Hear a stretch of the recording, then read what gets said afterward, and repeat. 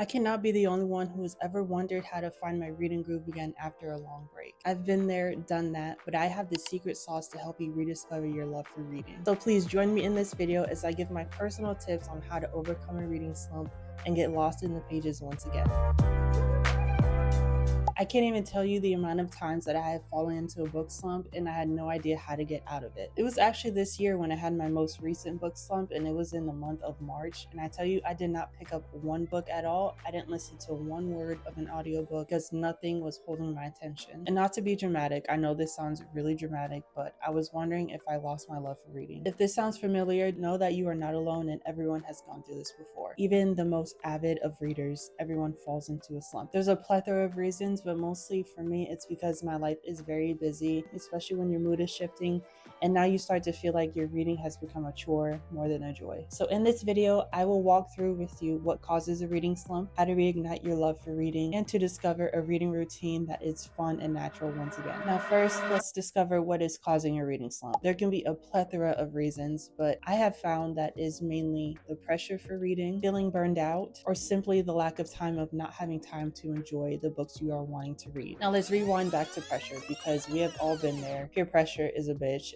and you feel like you have to read every popular book talk or bookstagram book that is out there in the world for us to see. And that is not always the case, because yes, some of these books are wonderful, but they are not always everyone's cup of tea. Don't feel like you have to read every book, every new release that is brought to us and thrown in our faces every month just because your favorite creator or influencer is reading it at the time. That's why I love being a mood reader, because I don't feel the need or the urgency to pick up a book just because it's thrown in my face on my timeline. Unpopular opinion, but I actually wait a couple months to read the very popular and new releases just so that it can get out of everyone's system. They can not give spoilers, but give good synopsis, and I have an idea of what the book will be about, but I don't feel like I have FOMO. And Lord, stop stacking your TBR, because I've seen videos. I actually watched a video of Shaughnessy's yesterday. I'm sorry, girl, I had to throw you under the bus with this one, but she had 394, I believe, books that are unread in her home, which is an absolutely insane number. Granted, she does read a lot of books. I think she said she's on track to read 180 books this year, but it is absolutely insane to have a TBR that is that long. And it is not for everybody. It can be for Shaughnessy because she is a very avid reader. But seeing a number like that on your TBR can be very discouraging, and you feel like it's going to be never ending. So try to cut back on your TBR sometimes, because that will help too. Now, burnout is a real thing. It happens to everyone, not just in the reading space, but in the working space, in your social life, things of that sort. And being mentally, physically, and emotionally exhausted is a very real thing. So sometimes you really have to take a step back from the things that you love. Everything in moderation, because that is key. And it is okay to feel burned out. It's natural. We are humans. It's bound to happen. So when you feel yourself coming into a burnout phase, try to just put a book down. Try not to read for maybe a day, 2 days, or even a week, and try to find a new hobby to pick up. Maybe it could be coloring, or if you like to get outside and exercise, go for a walk. Having a different scene in your life will definitely spark something new in you, and maybe you'll be intrigued to pick up a book when you feel like you're out of that slump. Now, this one I know all too personally well, because I rarely have time to read myself, being a full-time stay-at-home mom. So lack of having time is a very true thing for me, and I know it is for many other people too. Not just parents, but someone that has a very busy work schedule. Some people work 40 plus, 80 plus hours a week, which is insane to me. But not having time to read is a very true thing. I know it can be hard to try to slow your life down, because obviously time does not stop for us, but try to block out little times in your day to give yourself a little time of reprieve, even if that's to listen to an audiobook or even read a page, a chapter, a couple chapters within your day to get back in the groove of things. Now, I want you to take a moment to answer these two questions. When was the last time you truly enjoyed a book? And are you forcing yourself to actually read books you're interested in? If you need to, write this down in your journal or on a piece of paper, and discovering these answers for yourself will actually give you the answer that you're looking for. And from there, you'll be able to navigate yourself through a book slump. Now that we have discovered the root issue for your reading slump, it's time to get back into the groove of things. It is truly time to switch things up. Try to pick up a new genre or something you have never seen or read before, or even try to pick up a graphic novel or anthology. And like I said before, audiobooks will be your best friend. If you do not already have these two apps, download Libby and Hoopla because you can find amazing audiobooks through your local library. But you have to have a library card to download these two apps. When I feel myself getting to a little slump, especially with reading a physical book or on my e-reader, I just pop in my AirPods and I listen to an audiobook while I'm cleaning or just doing miscellaneous tasks around the house, because I'm able to multitask while still enjoying my literature. And also consider doing reading challenges. I did one myself not too long ago. I allowed my name to pick my TBR, and that was something so fun that I enjoyed. And I was able to find some really good books that I had never heard of or seen before. And I'll definitely be doing this challenge again because it was so much fun. I did it with my nickname,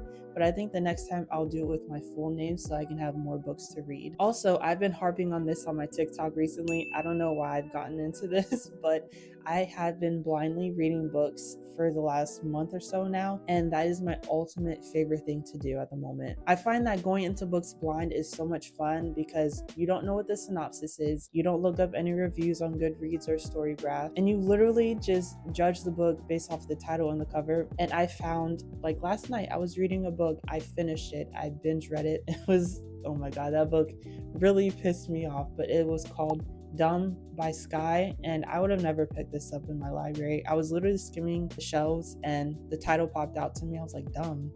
Why would you title a book dumb? So I picked it up, brought it home with me, and I binge read it yesterday. And Paige, she went to therapy, she tried her best, but she is just so naive and gullible, and I'm just gonna pray for her. That's all I gotta say. But that goes to show that when you go into a book blind, you don't know what you're getting into, and I found that this book was an amazing read, although it did piss me off.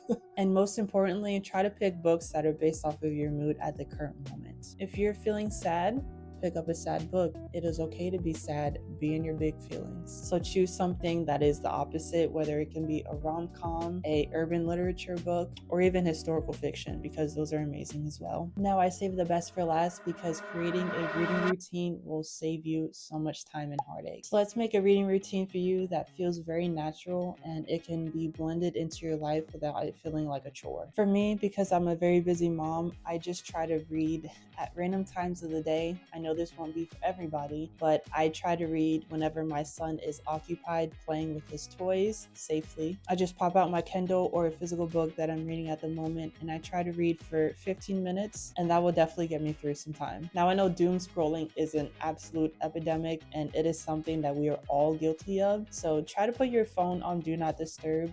Don't pick it up, but if you are still tempted by having it in your sight, literally go put your phone in the next room. Go put it in your car, somewhere that you cannot easily access it, so that when it's out of sight, it is literally out of mind. Now, this is for the people that are early birds. Maybe try to get up 10-15 minutes before your alarm just to read for that little bit of time before you have to get up and get your day started. And if you're the type of person that likes to drink coffee or tea, go make yourself that. Sit on your couch, read on your ebook or a physical book for 10-15 minutes, and you will find that you are more rejuvenated when you're doing something that you absolutely love, rather than just waking up to a blaring alarm that is so annoying and you're dreading getting up for the day. And for my night owls, not even a night owl, but if you prefer to read in the evening or at night, maybe just run yourself a warm bath, put a little Epsom salt in there, some lavender bath soap, and just read, girl. Just read. It is not that serious. You just want to create an environment for yourself where you feel comfortable and you enjoy the space that you are in. Hell, even light a candle and play a little bit of lo-fi in the background. At least that's what I listen to when I read. I've even tried reading at the same time every day, which did help. So if you're the type of person that is very punctual and you need a very strict schedule, maybe just set an alarm on your phone